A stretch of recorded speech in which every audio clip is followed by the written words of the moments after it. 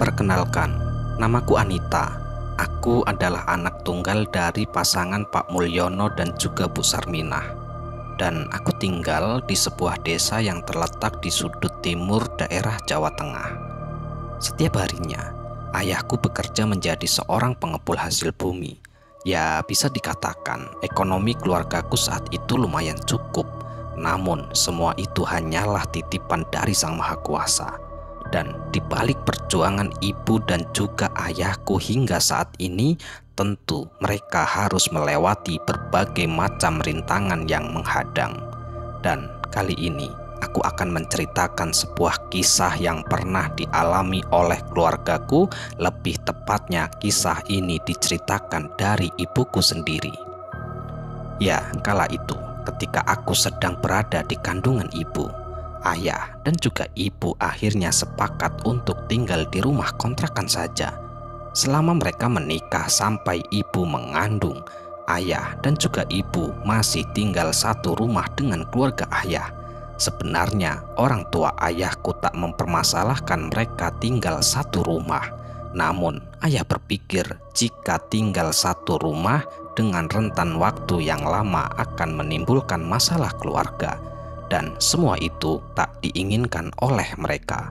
Selain itu, ayah pun berpikir jika ia tak berani melangkah sejak dini, maka masa depan keluarganya tak akan maju seperti saat ini. Ya, kebetulan kala itu ada sebuah rumah yang dikontrakkan yang letaknya tak terlalu jauh dari rumah orang tua. Memang rumah itu sudah kosong sekitar 2 bulan, di mana pemilik rumah kala itu memilih untuk tinggal di luar kota untuk merantau. Dan harga sewanya pun terbilang sangat murah, hanya 200.000 dalam waktu 1 tahun. Ya, wajarlah rumah di perkampungan. Setelah negosiasi dan juga melihat-lihat keadaan rumah, akhirnya ayah dan juga ibu pun sepakat untuk menyewa dan untuk kami tinggali.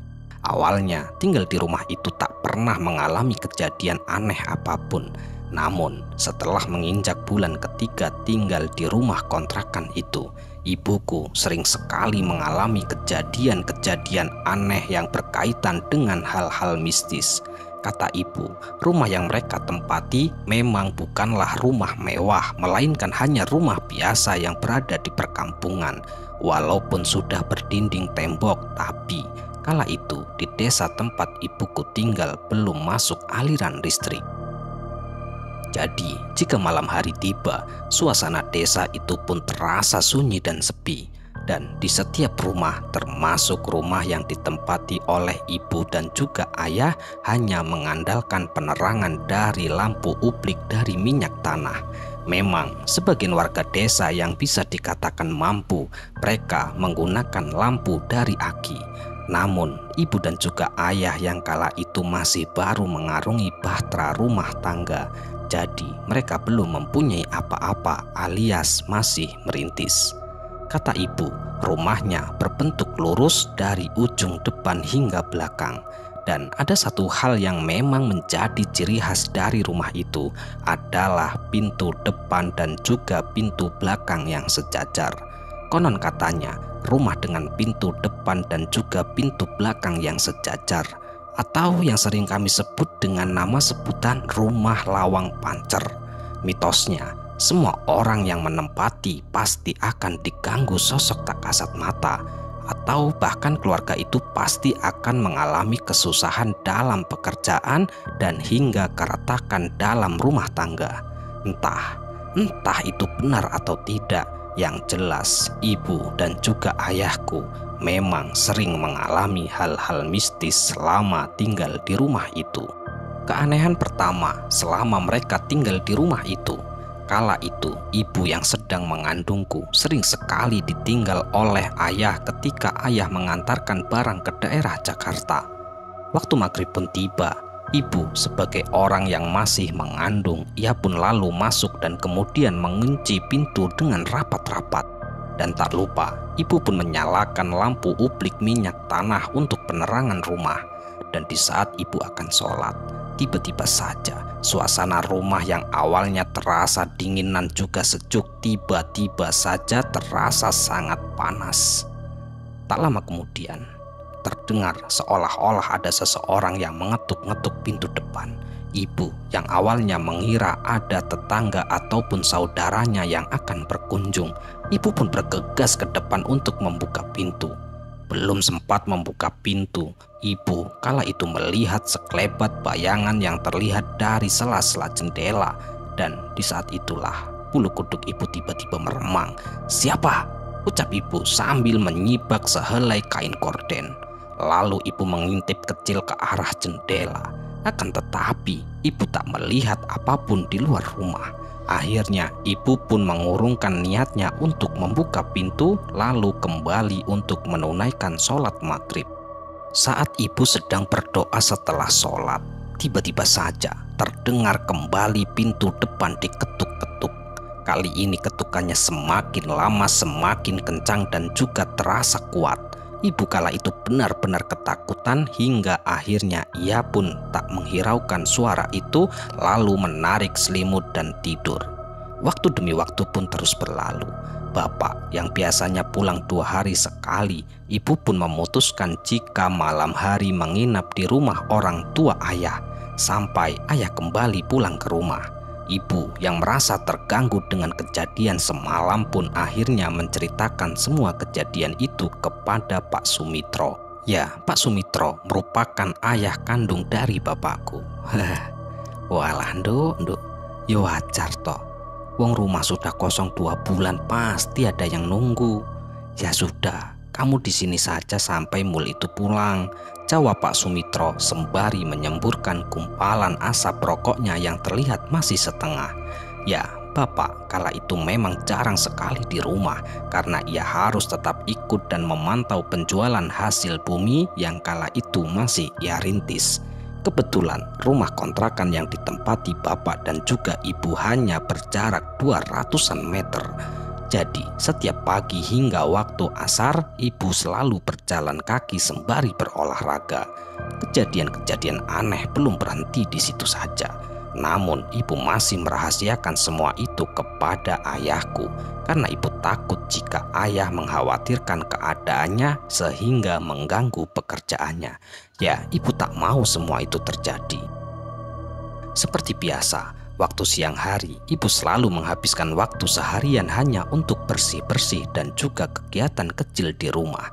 Akan tetapi, siang itu sedikit berbeda dengan siang-siang sebelumnya. Yang awalnya siang itu terasa terik mentari sangat menyengat, tiba-tiba saja hujan besar mengguyur dan kilatan petir pun terlihat saling sambar menyambar. Ibu kala itu yang sedang duduk di ruang tamu sembari melipat baju dan kebetulan ibu kala itu menghadap ke arah depan. Tiba-tiba saja ia melihat sesosok bayangan di balik gorden jendela rumahnya. Nampak sangat jelas kepala sosok itu terlihat dari sela-sela gorden yang terbuka tertutup terkena angin. Kepala sosok itu seakan-akan sedang mengintai dan mengintip ibu ke arah dalam rumah. Dan ibu merasa jika sosok itu selalu mengawasi semua kegiatannya. Ibu hanya mengira awalnya jika sosok itu adalah Paman Anam. Ya, Paman Anam merupakan adik kandung dari bapakku. Nam, ngapain kamu di situ, Nam? Ucap ibu sembari menatap tajam ke arah-arah jendela dengan diliputi sedikit rasa cemas dan juga takut. Akan tetapi berkali-kali ibu memanggil namun tak kunjung ada jawaban. Memang ibu sedikit pemberani dengan hal mistis semacam itu. Ibu kala itu yang masih mengandung saja, ia pun lebih memilih untuk menghiraukan kejadian itu demi kesehatan anak yang ada di dalam kandungannya, yaitu aku, Anita. Dan puncak kejadian yang sangat mengerikan ketika aku yang sudah terlahir dan masih berusia 4 bulan. Ya, seperti biasa ketika waktu malam telah tiba, Bapak selalu menyalakan lampu ublik untuk penerangan rumah kami di saat Bapak sedang berada di rumah alias tidak mengantarkan barang ke daerah Jakarta. Tentu agar aku tidak menangis, mereka takut jika aku menangis dalam keadaan rumah yang gelap gulita. Selepas waktu maghrib, aku kala itu sudah tertidur pulas. Akan tetapi setelah 2 jam aku tertidur, tiba-tiba saja aku menangis dengan kencang. Bahkan suara tangisku sangatlah keras, namun ada satu keganjilan ketika aku menangis. Ya, aku menangis dengan keadaan mata tanpa mengeluarkan air mata. Konon katanya, jika bayi tengah menangis tanpa mengeluarkan air mata, pertanda bayi itu sedang melihat makhluk halus. Ayah yang sangat mengkhawatirkanku jika akan terjadi apa-apa. Ya, tentu ayah sangat mengkhawatirkanku karena aku menangis tanpa henti sampai malam mulai larut. Ayah kala itu berniatan untuk meminta bantuan kepada seorang dukun bayi yang biasa mengobati bayi yang menangis di tengah malam. Namun ibuku menolak. Ibu takut jika ia harus ditinggal seorang diri di rumah waktu malam hari. Hingga akhirnya tepat di jam 12 malam aku kembali tidur. Namun belum lama aku tertidur, pintu depan rumah kami lagi dan lagi terdengar ada yang mengetuk-ngetuk. Suara ketukan itu semakin lama terdengar semakin kencang dan juga semakin kuat, yang membuat ayah berniatan untuk membuka pintu. Belum sempat sampai di pintu depan, tiba-tiba saja bapak melihat sekelebat bayangan yang terlihat di sela-sela jendela rumah kami. Dengan rasa penasaran, ayah pun langsung bergegas menuju ke jendela untuk melihat keadaan di luar rumah. Setelah ayah melihat di celah jendela, kala itu ayah tak mendapati apapun yang berada di depan rumah. Ayah pun yang masih penasaran siapa sebenarnya yang mengetuk-ngetuk pintu di malam buta begini, akhirnya ayah pun membuka pintu. Setelah pintu dibuka, awalnya tak nampak apa-apa. Akan tetapi tiba-tiba saja bau wangi bunga dan juga bercampur dengan bau anyir darah terasa sangat menyengat. Belum sempat hilang dari penciuman ayah, wangi bunga dan juga bau anyir darah, tiba-tiba saja bapak dikejutkan dengan penampakan sesosok yang sangat mengerikan di hadapannya. Ya, sosok tinggi besar dan juga dipenuhi dengan bulu hitam pekat di sekujur tubuhnya. Sosok itu menatap tajam ke arah ayah dengan mata melotot yang berwarna merah. Sontak ayah pun dibuat ketakutan oleh sosok itu yang membuat sekujur tubuhnya terasa berat dan juga terasa kaku. Ayah pun membaca doa-doa yang beliau bisa, dan alhamdulillah setelah sekian lama sosok itu pun hilang secara tiba-tiba dan ayah pun bisa kembali menggerakkan kakinya. Lalu ayah kembali masuk ke dalam rumah. Akan tetapi setelah ayah menutup pintu rapat-rapat, tiba-tiba saja di pundak ayah terasa ada tangan yang memegangi pundaknya. Spontan mata ayah pun langsung melirik ke arah pundak. Betapa terkejutnya kala itu ketika ayah melihat tangan besar yang dipenuhi dengan bulu hitam pekat tengah memegangi pundaknya. Sontak saja ayah pun langsung lari kocar-kacir kembali ke kamar dan menutup pintu kamar rapat-rapat, lalu berbaring di atas ranjang di sampingku. Dengan nafas yang menderu dan sekujur tubuhnya yang gemetar, ibu pun yang melihat keadaan ayah pun merasa panik dan ia pun berusaha menenangkan dan juga menanyakan kejadian apa yang sebenarnya dialami oleh ayah. Akan tetapi ayah tak mau menjawab satu patah kata pun dan ayah memilih untuk diam dan lalu tidur. Ya, tentu kala itu ayah tak mau menceritakan kejadian yang baru saja dialami oleh ayah kepada ibu. Ayah khawatir jika ibu akan ketakutan. Walaupun sebenarnya kala itu ibu sudah tahu bahwa ayah telah melihat penampakan mengerikan. Ya, tentu saja ibu sangat yakin jika yang mengetuk-ngetuk pintu selama ini bukanlah dari bangsa manusia, melainkan dari sosok tak kasat mata. Kejadian demi kejadian yang sering dialami oleh ayah dan juga ibu selama tinggal di rumah itu, yang membuat mereka lama-kelamaan merasa tak nyaman jika tinggal di rumah itu. Dan tentu saja mereka sangat takut dengan kejadian yang selalu menerornya, yang nantinya akan berdampak buruk terhadap aku yang kala itu masih bayi. Selain itu, ayah pun merasa terganggu ketika ayah sedang bekerja. Ya, ketika ayah sedang meninggalkan ibu dan juga aku di rumah. sebelum terlambat dan juga belum berdampak lebih parah kepada keluarga. Dan ayah pun berpikir, toh rumah itu hanyalah rumah kontrakan. Ketika mereka merasa tak nyaman dan juga merasa terancam, maka ia bisa pindah kapanpun. Namun sebelum ayah memutuskan untuk pindah dari rumah itu, ayah pun mencoba mencari tahu dan juga berikhtiar. Siapa tahu dengan usahanya menanyakan kepada seseorang yang memang mengerti tentang hal semacam itu bisa membuat mereka lebih nyaman tinggal di rumah itu. Hingga akhirnya keesokan paginya pun telah tiba. Ayah pun memutuskan untuk menanyakan kepada salah satu Pak Leknya yang mengetahui hal-hal semacam itu. Ya, Pak Lekyanto namanya. Beliau memang sudah biasa membantu para warga jika di antara mereka mengalami gangguan-gangguan dari makhluk halus atau mereka yang kerasukan. Sudah tak terhitung Pak Lekyanto dimintai tolong oleh para tetangga ataupun warga kampung sebelah.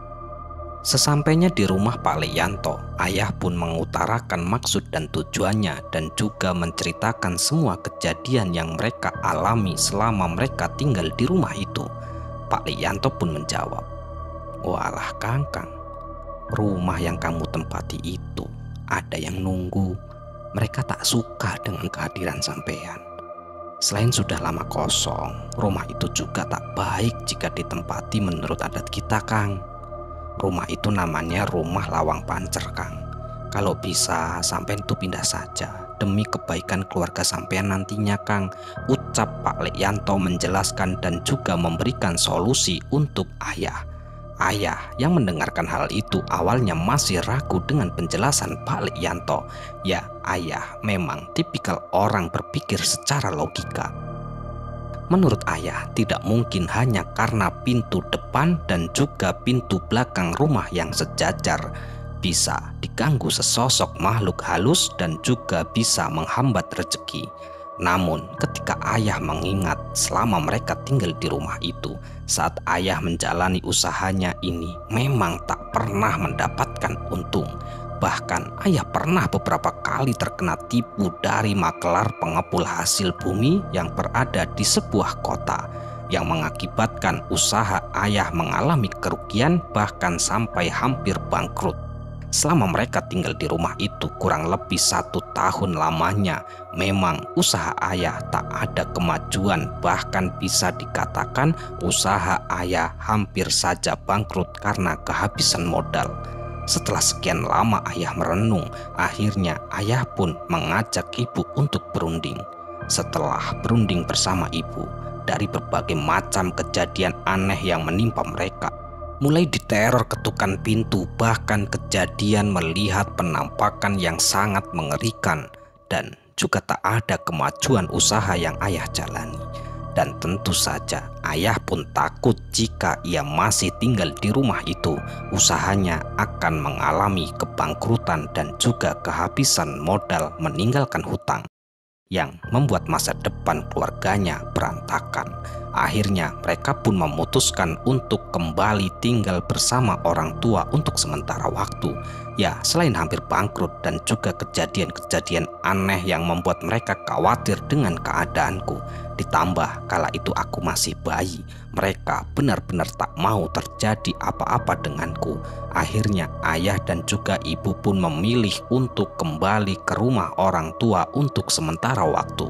Toh rumah yang mereka tempati hanya rumah kontrakan, bukanlah rumah milik sendiri. Sebelum ayah pindah, ayah pun menyempatkan waktu untuk berpamitan kepada pemilik rumah yang kebetulan kala itu sedang pulang kampung. Dan ayah pun menceritakan semua kejadian yang pernah mereka alami kepada pemilik rumah. Tentu dengan tujuan setelah pemilik rumah tahu agar sang pemilik rumah mencari cara untuk mengusir atau bahkan merubah bangunan menjadi lebih baik lagi. Rentetan kejadian yang dialami mereka selama tinggal di rumah itu menjadi sebuah kenangan yang tak pernah mereka lupakan. Dari teror sosok makhluk mengerikan dan juga hampir mengalami kebangkrutan, kala itu mereka masih menduga-duga tentang mitos rumah lawang pancer. Entah kebetulan atau memang mitos rumah lawang pancer memanglah nyata adanya. Dan alhamdulillah, setelah kembali tinggal bersama kedua orang tua ayah, kini aku tak pernah rewel di malam hari. Bahkan usaha ayah pun kian hari kian maju. 4 bulan setelah kepindahan ayah dari rumah itu, pemilik rumah yang ayah kontrak yang bernama Pak Junet pun akhirnya memilih untuk menjual rumahnya. Dan Pak Junet bersama keluarganya memutuskan untuk pindah ke Lampung, mengikuti jejak saudara-saudaranya yang sukses tinggal di sana. Dan rumah itu telah dibeli oleh warga kampung sebelah yang bernama Pak Cokro. Setelah rumah itu berpindah tangan kepada Pak Cokro pun langsung meratakan rumah itu, lalu ia bangun ulang sebuah rumah besar dan juga toko di depannya. Dan ternyata rumah itu kini ditempati oleh anak pertamanya. Anak Pak Cokro selama tinggal di rumah itu, mereka tak pernah mengalami kejadian apapun. Bahkan kehidupan mereka terlihat adem ayem dan juga sejahtera. Ayah dan juga ibu pun merasa lega setelah Pak Cokro merubah bangunan dan juga ditempati oleh anaknya. Hari demi hari terus berlalu, bulan mulai berganti tahun, dan setelah aku sekolah SD, ayah dan juga ibuku bisa menabung hingga akhirnya bisa membeli sebidang tanah, lalu dibangunlah sebuah rumah. Dan kini aku bersama ayah dan juga ibu tinggal di rumah kami dengan bahagia. Selesai ya, sekian cerita kali ini. Semoga cerita ini bisa menghibur dan bisa bermanfaat yang kami harapkan. Kami ucapkan terima kasih banyak kepada teman-teman dimanapun berada yang telah mendukung kami. Semoga amal kebaikan teman-teman dibalas oleh Allah Subhanahu wa Ta'ala berupa hal-hal yang lebih baik dan lebih bermanfaat dalam kehidupan kita semua. Dan untuk teman-teman yang sedang sakit, semoga diberi kesembuhan, dan yang sedang mengalami kesulitan, semoga diberi kelancaran dalam segala hal. Amin amin ya robbal alamin. Dan sekali lagi, untuk teman-teman dimanapun berada yang baru menemukan channel Kegelapan Sunyi, yang belum mendukung kami, silahkan dukung kami dengan cara klik tombol subscribe-nya, like, dan juga komentar, agar kami ini lebih bersemangat lagi membuat cerita-cerita terbaru di channel Kegelapan Sunyi. Dan sebelum kami akhiri, saya ucapkan mohon maaf yang sebesar-besarnya jika ada kata-kata yang salah yang kami sampaikan di dalam cerita. Bye, sampai jumpa di cerita-cerita selanjutnya. Akhirul qouli, wassalamualaikum warahmatullahi wabarakatuh.